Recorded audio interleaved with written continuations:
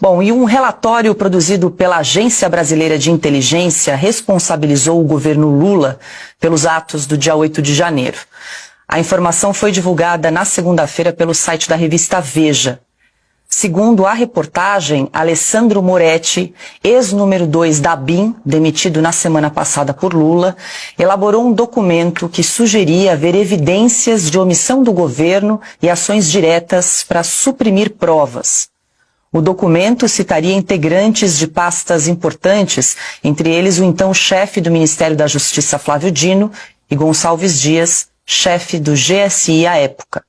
O deputado Coronel Meira, do PL de Pernambuco, pediu acesso ao material produzido por Alessandro Moretti.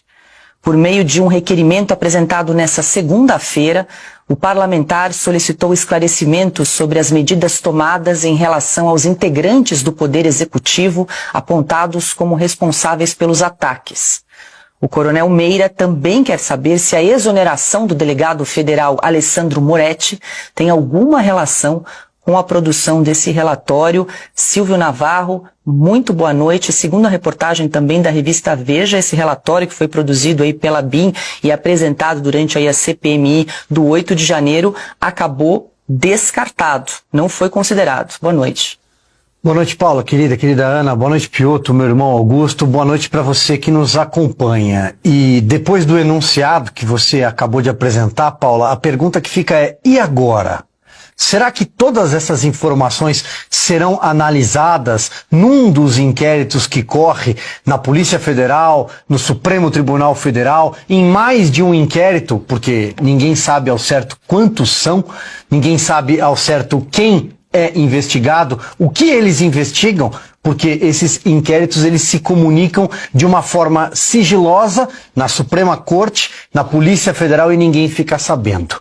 Sempre houve uma crise entre a Polícia Federal e o comando da ABIN desde que Lula chegou ao poder, porque o ministro Flávio Dino, que coordena a Polícia Federal, ou pelo menos coordenava até outro dia, a posse de Ricardo Lewandowski, mas os seus indicados permanecem em postos-chave da Polícia Federal, ele tentou intervir na cúpula da ABIN. Tentou ter o comando da ABIN, que tinha certa independência. A ABIN foi um dos órgãos, assim como a Polícia Federal, assim como o Ministério da Justiça, foi um dos tantos órgãos na esplanada e também no governo do Distrito Federal, no GDF, que recebeu alerta sobre a subida da fervura, da temperatura em Brasília na véspera do dia 8 de janeiro. E ninguém nada fez.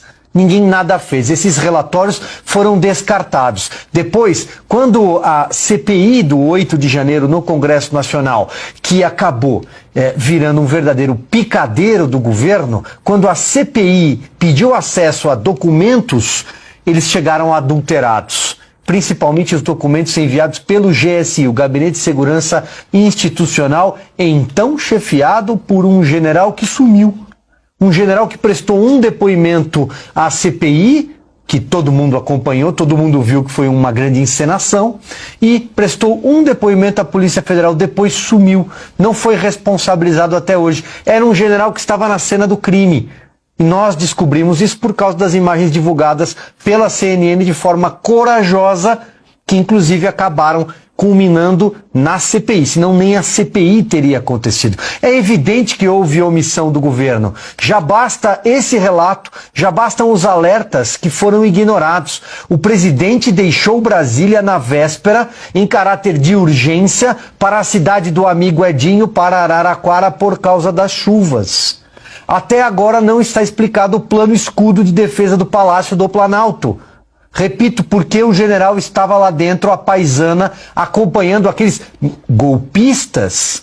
Por que ele estava lá? Que general não protege a sua fortaleza? Há uma série de eventos aqui e finalizo lembrando as imagens do Ministério da Justiça. Cadê? Sumiram. E a Força Nacional, que deveria ter agido e ficou ali protegendo o Ministério da Justiça com uma guarda pretoriana de Flávio Dino, que estava de camarote, segundo revelou ao Fantástico. Se tudo isso não caracterizar a omissão do governo, eu não sei o que poderia caracterizar.